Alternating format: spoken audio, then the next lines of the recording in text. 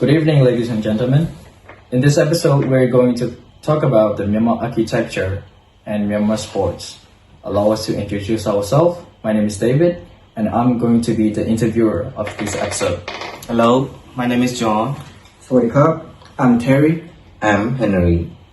So today, the first topic we're going to talk about is called the architecture.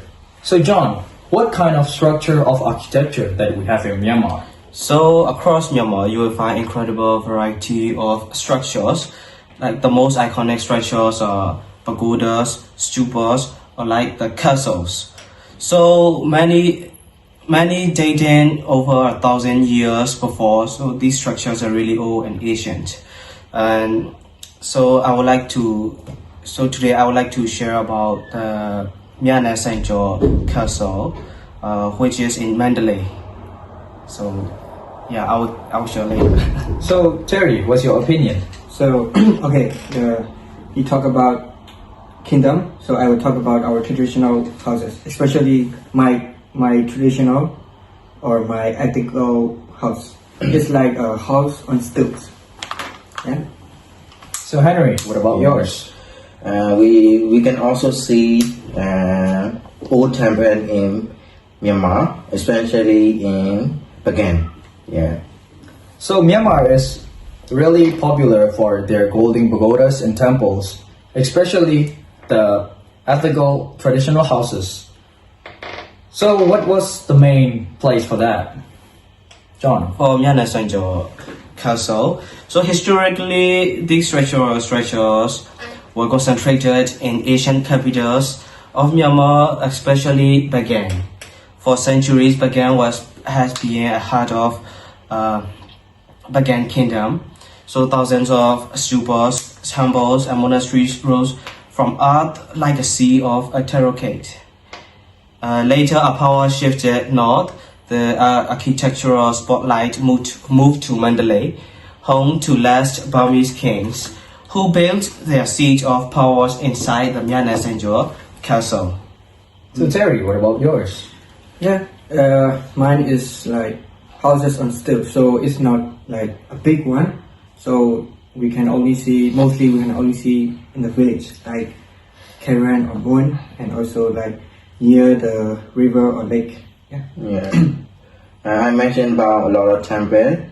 A lot of temple we can see in Pagan. Pagan is, as you know, the UNESCO city, and yeah, in this city, in thousands of pagoda and temple we can see. In this temple I talk about another pagoda. Another is said to make a yes. So, as Bagan is a UNESCO recognized city for the Asian temples and pagodas. And so, when people think of Myanmar, they often think about the golden city, golden pagodas and temples. So, what actually define those Myanmar architecture identity? So, John, what's your opinion? So for me, I think it is a blend of devotion, craftsmanship, and cosmic symbolism. So Myanmar's architecture isn't just about height or extravagance. It is defined by the tiered roofs, like we call it Yathat in Myanmar, symbolizing spiritual ascension, like when you go to heaven. Yeah. So Terry, what about yours? Yeah, I think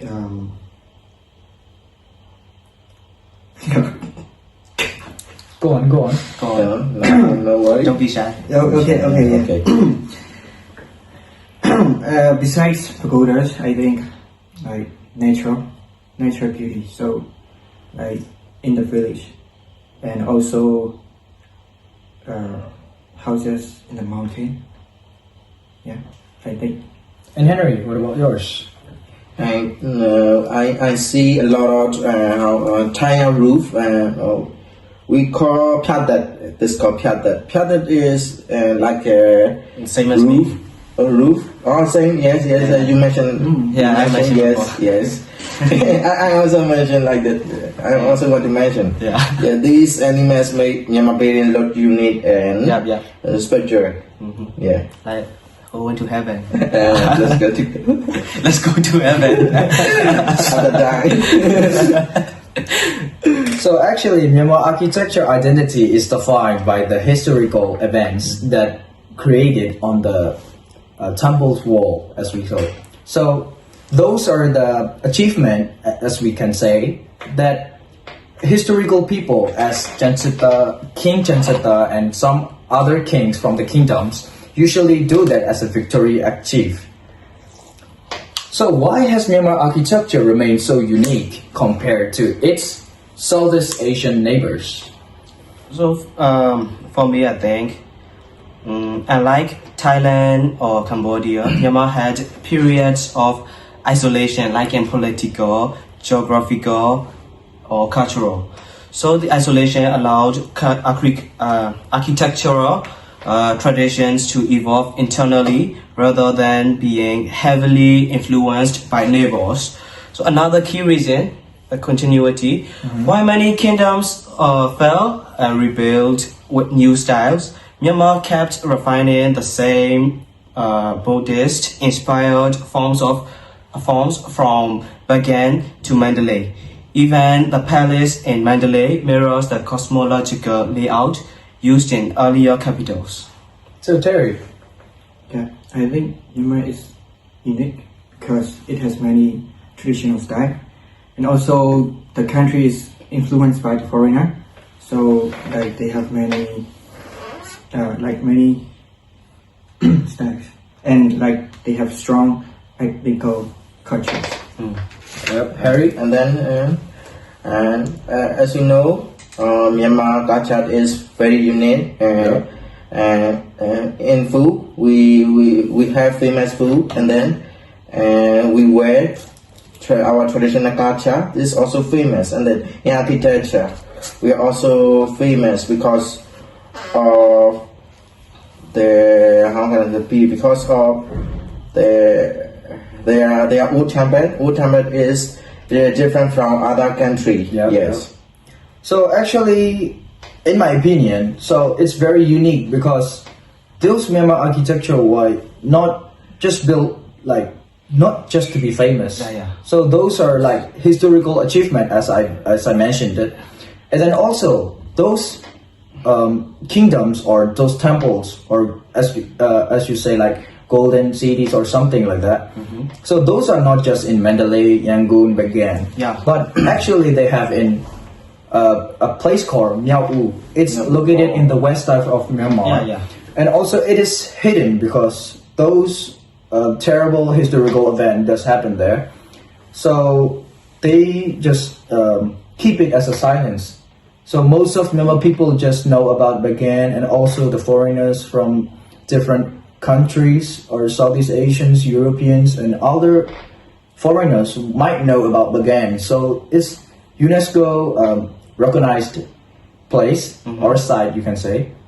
So that place in Myaw-u is still in progress, like still need to be recognized by the UNESCO site because it's actually just 2 or 3 years behind from Bagan Kingdom. Yeah, So like actually they're still studying because those kingdom has destroyed by the enemies, like totally destroyed. No even like a single clue left. But some of the walls that protect the palace is still left there. But that evidence is not enough to recognize by the UNESCO that have been there for a long time. So, in these past years, so all I heard was fake. So, I've read the news, or not a news, in a book that the UNESCO already recognized Myaw-u as a cultural heritage, but I guess it was wrong. It's still, but they just said that they recognize as a UNESCO site. But those foreigners doesn't know. So that means that UNESCO is like not like totally recognize that place. Like maybe some foreigners from Bangladesh, India might know that place, but not from the Europeans, Asians, like Cambodia. You can say that it's because it's our neighboring countries. So, look, as we go back to Bagan, Bagan has over 2,000 surviving temples. So, what makes this ancient city masterpiece of Buddhist architecture? So for me, I think Bagan is extraordinary because it's not just a city, it's an open air encyclopedia of Buddhist architecture. Even dynasty, every king, every wealthy donor left behind a monument. So what makes Bagan a masterpiece? Architectural evolution. First, architectural evolution. You can literally walk through 400 years of changing design. 2. Mastery of brickwork. That still puzzles engineers nowadays. 3. Varieties. Stupas, temples, monasteries, caves, and ordination halls. And a spiritual atmosphere that feels like frozen in time.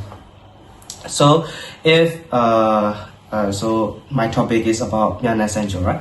So if Myanmar Central shows the peak of royal power, Bagan shows the peak of religious devotion and architectural innovation. Yeah. So as we were saying, you're saying about the Myanmar Central Palace, right? Yeah, palace. So what about the main Mandalay mode that now is very famous? So isn't that also should be recognized as an Asian palace? Yeah, it should be also recognized as an Asian palace. So in Myanmar, we have kept the city undamaged, like, how do I say it? Still repairing, right?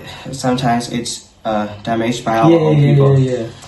But we still keep our traditional heritage still today. So I think the Mandalay mode should be recognized by the world. Yeah. But you know, as to recognized by the as an Asian palace, but now it's destroyed by the mother nature, like the earthquake that happened like a few months ago or a few So as we repair with the new modern bricks, like not Asian bricks, you know. So it's still changing. Like the palace is really old, so we need to keep our Asian things, right? So as we're repairing, like with new things, so is that gonna be a new modern palace, or isn't it should be as it was, like the old bricks or something like that? So what's your opinion, Terry? I think a new modern might be a little bit like strange for us. Yeah. Actually.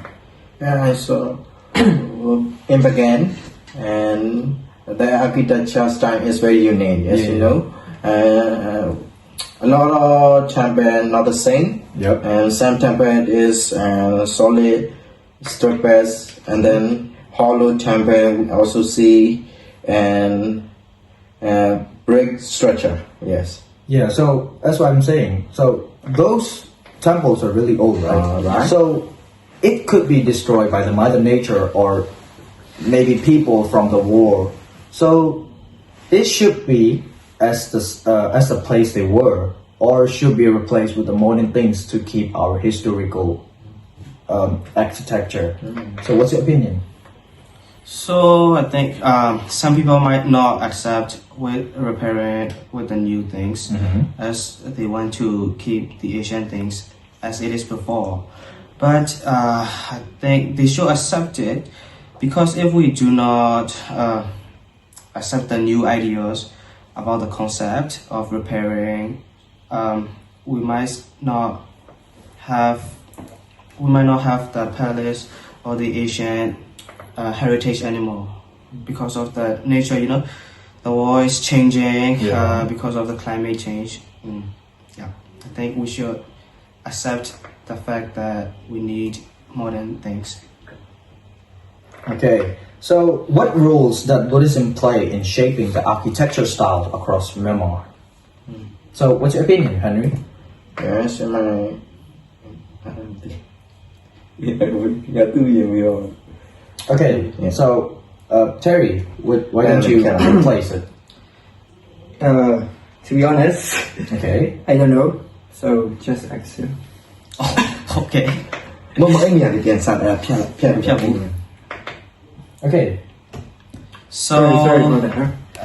it's okay. It's okay. Because I'm not Yeah. really familiar with Buddhism. It's okay. It's okay. I Okay, go on. So I'm also not familiar with this, but in Myanmar, architecture is inseparable from Buddhism, right? Buddhism shaped what was built and how it was built and why it was built.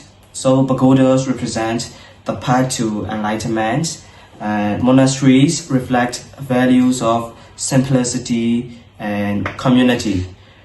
While royal architecture like Mandalay Palace follows the Buddhist cosmology, the palace is laid out like a mandala, symbolizing the universe Yep. with the king at its center. So it's a mandala is like so for example in a solar system the sun is like in the center, Yeah, right? the center, So the center. so yeah, king means really important.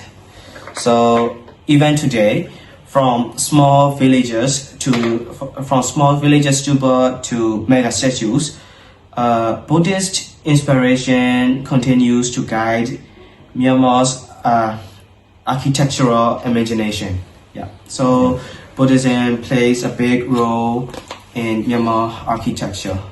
So I'm not also a big history guy, Yeah. but upon my understanding, yeah. So this Myanmar architecture that built in Mandalay, Bagan, and such other things, right? As we know that Myanmar is a Buddhism country, like Buddhist country, Yeah, right? The priority is Buddhist, so it might be the big role of them, like the most people believe in that. And also, those architecture, like built, and then they believe that their God is commanding to build those things for good. Like for example, Jai Tiyu, like the stone pagoda Yeah. that doesn't touch the ground. Yeah. You see, so Like it was on the edge. yeah, it's on the edge, but it doesn't touch the ground. But upon my understanding and my research, so in the past, that rock, let's say that rock pagoda, wasn't that close to the ground.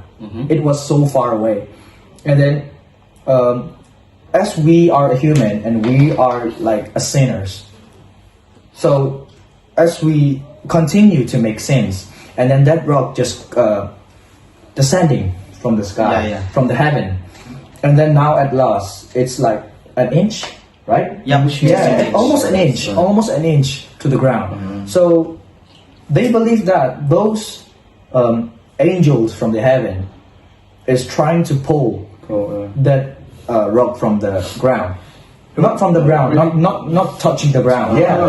They just lift it, and then they believe that Wait, what? later that after maybe in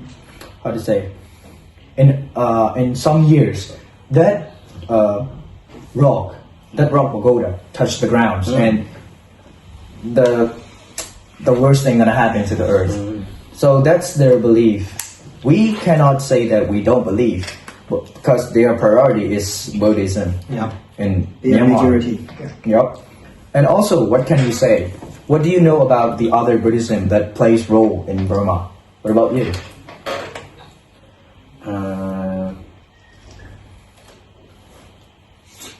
I don't have idea about that. So, And you? what about you, Terry? Like I said, I have no idea. Like I think David said all points. So, Okay, go on. I forgot this. We in Myanmar, This place we say, What's the name? Nagabuan. Oh yeah. You mentioned about that. Yeah. So I don't remember. actually, it's sounds like the place that's a muddy place, Mhm. and then it was a volcano, Yeah, but volcano. now it stays by in their beliefs. Oh, Nagabuan. It's a dragon, Yeah. a dragon god staying there, but actually, it's happening because of the human, because those muds isn't real. It look like concrete, you know. No, I'm not blaming, but this is Yeah. upon our understanding. So this is the podcast that we talk about the architecture and also the historical events. So that place is human made, and then also they built like some kinds of like historical or like unique architecture around that. You can see there. You can research on the Google, and then you will see that they built like the place like Buddhist stay or something like very fancy, you know, like very unique. You cannot find like each temple has uniqueness. Like as we say, like there's a bird that tells direction. You know that what, right? Yeah. You can see that in every temple. There's a bird. I don't know how to say it in English, but there's a bird. Clone. No, it's not galone. Like, it's called in Burma. We call it hinda. Oh, hinda. Yes, So I know. that one is showing direction, but you can see that there is no east and south, only west and north. I don't know why, but it's still showing the direction. I don't know if it's real or not, but you can see that each temple has their own styles of those direction showing bird. In Rakhine, there's also a temple called Lokananda. The local and Lokananda, Yeah. like it's mean like how to say, the heaven of the heaven for humans. Yeah. So it's a temple. Like usually they have like a diamond bud Yeah. on top of the temple, and then I don't know, but many locals say that diamond is real. Real. Yeah, it's real, Not okay. not fake. And then you know each temple has a uniqueness, and then also some people say that those temples were built in pure gold, but we don't know that. We cannot steal the temple's gold, right? Yeah. So yeah, it's upon their beliefs, and then we cannot disagree with that. This is the priority of Myanmar. So okay, after all, we talk about the architecture, the historical events, and the differences of each temple. So now let's go about the Burmese spot. Yeah. So first of all, Yeah. we will go. Shall we get back? Yeah, okay. Sport I don't know legal. So Yeah, I think yeah. I feel like Yeah. So first of all, okay. ဆက်တော့ဒီဖြတ်တာရှိသေးတယ်မြန်မာလိုပြောလို့ Okay, first of all, let's talk about Chinlone, Yeah, as we know as Takro. Yeah, in Takro. Yeah. So, this spot. what do you guys know about Takro? Yeah. So, at first, John. So, how do I say? In English, we call it cane ball, but in Myanmar, we call Chinlone. Chinlone, yeah. Chinlone. So, how do I say? Myanmar traditional Chinlone style is like in a ring. We have to go round, giving everyone. So, like we have to control the ball and not to make it fall. Yeah. So it's like a traditional game that has been in Myanmar for like maybe even in the ancient times. Like, even while the kings still lived. Another thing which I know about Chinlone is that many old people, when you go see them, they have like a ink. Oh yeah. Inks. Like rings. Ink like rings on their Thighs. thighs. Yeah, on their thighs. So these rings make them to play the sports better. Yeah. Whoa. So there's some kinds of like beliefs. Yeah. In Myanmar, we have so many beliefs in ink tattoos, or how do I say, like, just ink drawing or something like that. In Myanmar we call Thogui Minjao. Yeah, Thogui Minjao. So what knowledge do you have about sports? Yes, I have. The reason playing Chinlone is not to win and to control this ball, and then some people to make a trade beautifully.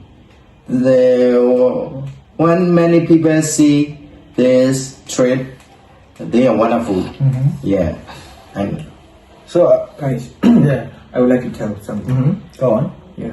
Actually, I'm not really good at Chinlone. Yeah, me too. yeah, Me Like, too. if I want to give it to you, like that, I accidentally. Okay, do it. let's show us an example. like Like how? Like this? That's right. Okay. And then I should because it is our traditional games, traditional sport.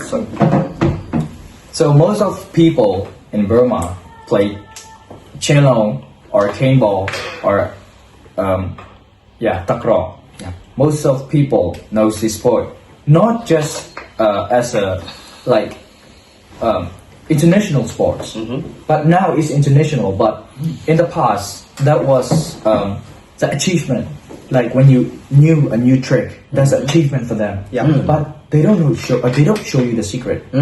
Like they just keep it by yourself. You know, that's like achievement. You know. Oh yeah, So- I don't know about that. So like, if I know the trick, right, I know how to do it, but I don't like to share with you guys because that's my achievement. Oh, So yeah, like yeah. it's mean that you don't teach. Yeah, a bit Just- selfish. Yeah, a bit selfish. You know. And then we have a different, different cane ball style. Cane ball. Yeah. Oh yeah.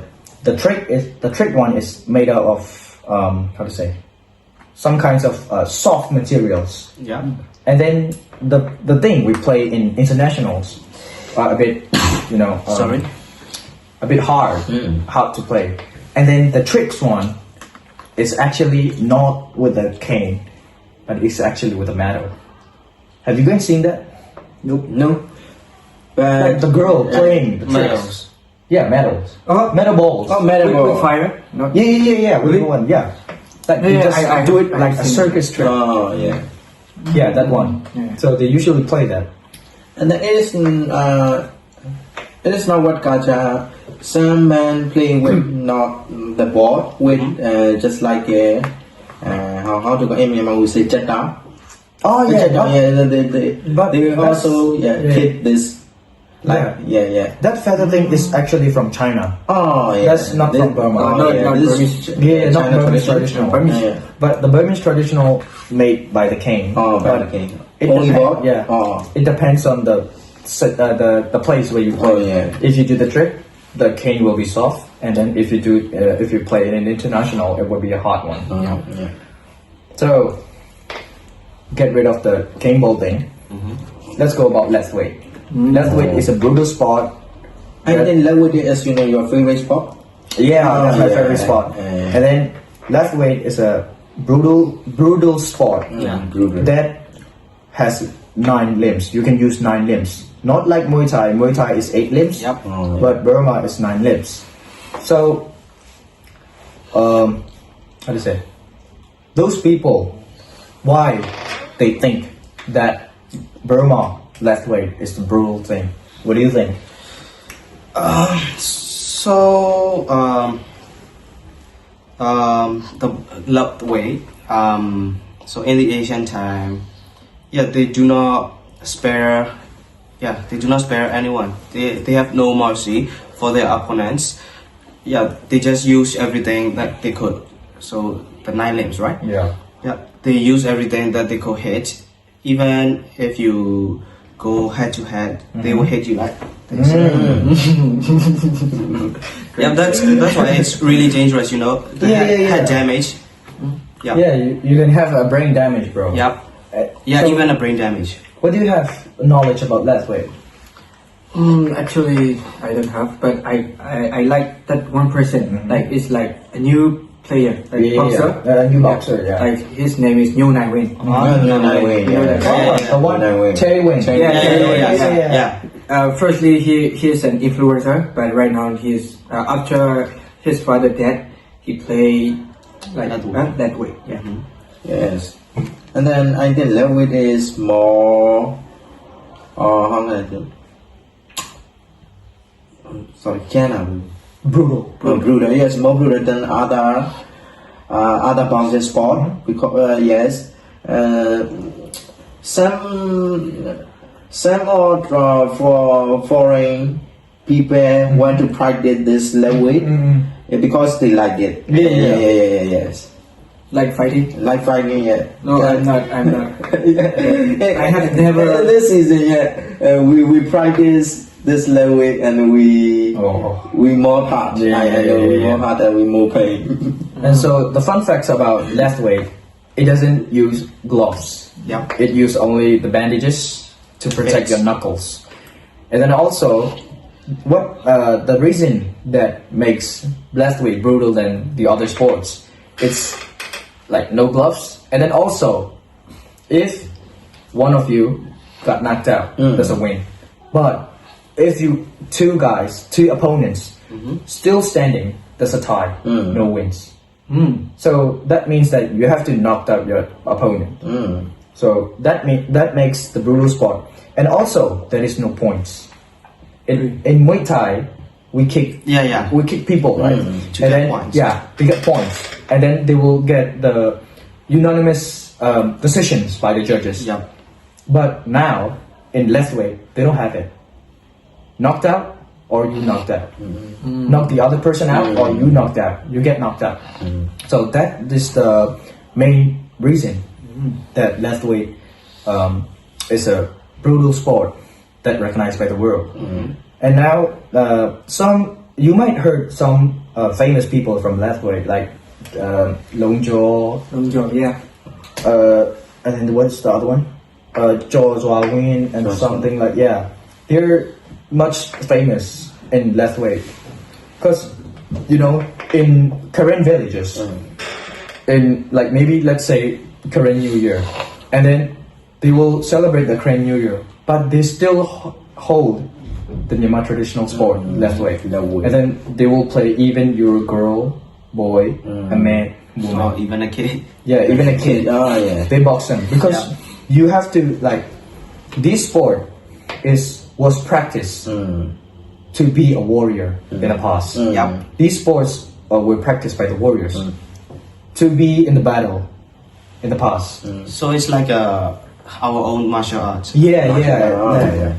So those how to say that sport cannot train by the ordinary people. You have to be good at sport. You have to be resilient. Resilient means you can handle those punches because there's no gloves between you guys. I don't know. And then also the fun fact is when you get punched, you have bruises, right? But you don't have much brain damage because those knuckles just impact in your cheeks or in your eyebrows. But with the gloves, it impacts your brain. Like not directly, but the punch goes through your nerve systems. So it's like, but it's 50-50, a bit risk, and then it's also we holding the Burma traditional. So it's So David, you know really much about the And I ask you, do you know Paguyu? That's Yeah. Manny Pacquiao. Manny Pacquiao. He is lethwei. No. Lethwei boxer. Manny Pacquiao is a boxer, but not Burmese boxer. He's some European boxer. So it's not. My father always watched this his competition. European now. another one. It's not the same as Burmese. So like the Manny Pacquiao used only knuckles, but in Burma lethwei is you can use every limbs, like including the headbutt. So it's a total difference. I know. So we all cover the topics that we have to say. So thank you very much for listening, guys. Thank you very much. Bye. ขอบคุณครับ Mm.